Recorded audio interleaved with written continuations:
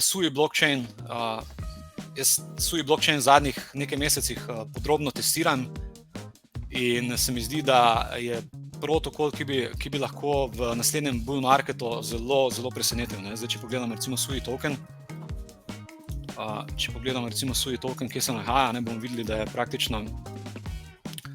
vidimo, kje je najdlje časa trgovanja, mogoče na KuCoinu, oziroma so v bistvu vsi istočasno listali Sui token, ne. Ampak vidimo, zdaj Sui token je dejansko zdaj prestal v tej alt korekciji nekje 65% je token padel, ne. Zdaj, če pogledamo to mogoče malo kratkoročneje, ne, tudi vidimo, da je prišlo do likvidacijskega eventa, ne, kar je meni zelo zanimivo, tudi to, kar sem prej kazal, ne, da smo dejansko vse te ključne love, kjer so se ponavadi kupci pojavili, ne, smo prebili navzdol, ne, se pravi, to je potrebno, da se nekako trg počisti, ne, se pravi, manj imamo nekih ljudi v tem tokenu, več ljudi je vrženih iz sedla, večji bazen teh ljudi potem zasleduje pa kupuje te tokene na višjih nivojih, ne. Zakaj menim, da bi kapital v tem naslednjem, da bi Sui lahko bil eden izmed glavnih zmagovalcev tega potencialnega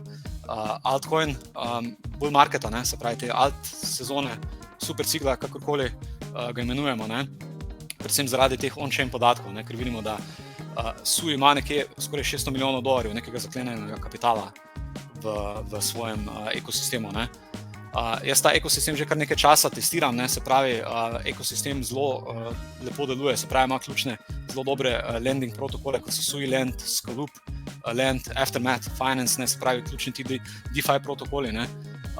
Mogoče, če to postavimo v bok zk-Sync, ne, ki je zdaj pred kratkim airdropal kovanec, ne, vidimo, da ima zk-Sync nekako samo 134 milijonov zaklenjenega kapitala, pa nima nobenega nekega resnega protokola, ki bi ga userji uporabljali, ne. Zdaj pri Suiju, jaz konkretno sem dobesedno se nekako zaljubil v tale Bluefin protokol, se pravi za decentralizirano trgovanje, ne, se pravi, mene je nekako tale protokol privabil noter v sam blockchain in nekako skozi take aplikacije, kot so to, blockchaini nekako privabljajo tudi userje, ne, tako da če pogledamo zdaj, mislim, da se tukaj ne vidimo, pa če pogledamo mogoče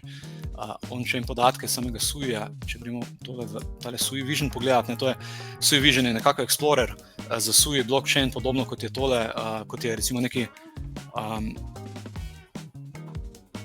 rečemo neki D-Bank za Ethereum ekosistem, ne, ampak kar sem hotel pokazati je v bistvu tole, mogoče te neke ključne podatke, tole kar na dark mode, če to ključno statistiko pogledamo, ne, kar je meni bilo zelo zanimivo, tudi kar je ključno tudi pogledati, ne, naprimer sam tokenomics, ne, zdaj vidimo, da je Sui zdaj pred kratkim imel ogromen token unlock, ne, se pravi, tu je zdaj število kovancev se iz 1,3 milijarde dobesedno podvojilo, ne, na 2,6 milijarde, ne, in vidimo od te točke naprej ima Sui neko normalno trajekcijo rasti, ne, se pravi, da večina teh tokenov, ne, se pravi v začetku, se pravi v maju 2023, ne, se pravi eno leto nazaj, je protokol imel nekje 500 milijonov kovancev izdanih, zdaj ima nekje 2,5 milijarde izdanih, ne. Tako da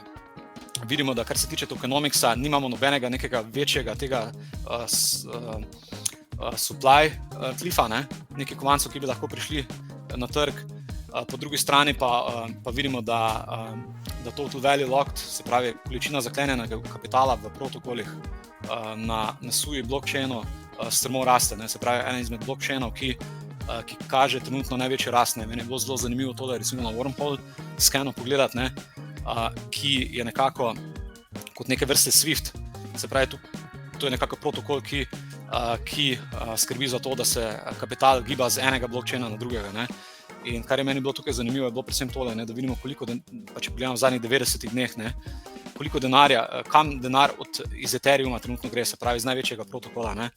Vidimo, da dejansko skoraj 50% teh transakcij, ki so upravljeni preko Wormhola, ne, se pravi nekdo, ki seli denar iz Ethereuma na drug chain, skoraj 50% tega denarja gre na Sui, šele na to v Solano, ne, tako da to mi nekako tudi daje vedeti, da bi Sui lahko bila Solana se pravi, da bi Sui lahko naredil nekaj podobnega, kot je Solana naredila v prejšnjem bull marketu, ne, se pravi, da bi lahko bil chain številka 1, tako po neki nominalni rasti, kot po nekem samem activity na chainu, ne. Pa mogoče še nekaj ključnih stvari glede Suija, ne, se pravi, kdo so ustanovitelji Suija, ne. Se pravi, ustanovitelji Suija, se pravi, tim Suija so dejansko ljudje, ki so bili eni izmed glavnih developerjev na Meti, se pravi Facebooku in pa Apple, ne. Se pravi, co-founderja, se pravi, vsi co-founderji, ki jih tukaj vidimo, ne, se pravi, predvsem Evan Cheng, ki je glavni developer Suija, ne. Vidimo, da je bil praktično bivši tehnični direktor Mete, pa 10 let je predtem delal za Apple, ne. Se pravi, če pogledamo recimo credentials vseh teh ljudi, ne, to je dejansko ekipa, ki je nekako hotela razviti Libro, se pravi ta Facebookov blockchain, ne. In nekako ta ekipa se je potem razdelila med dva blockchaina, med Sui in pa Aptos. In dejansko Sui nekako razvija z svojim timom developerjev to, kar je nekako hotel sam Facebook narediti, ampak jih je regulator nekako potem zaustavil, ne. Ampak kar hočem tukaj poudariti, je res, da gre za tim ljudi, ki so izredno sposobni na svojem področju in ena izmed ključnih stvari, ko gledamo razvoj nekega podjetja, ne, tako kot sem že večkrat omenil, recimo, da imamo naprimer pri Coinbaseu Briana Armstronga, imamo pri Squareu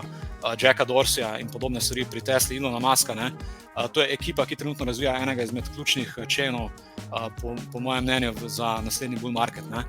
Jaz sem tudi ta chain močneje testiral, ne. Jaz sem tudi tukaj ena izmed ključnih prednosti, ki jih Sui ima, ne. Tu se zelo vidi, kako močno delajo na user experience-u, ne.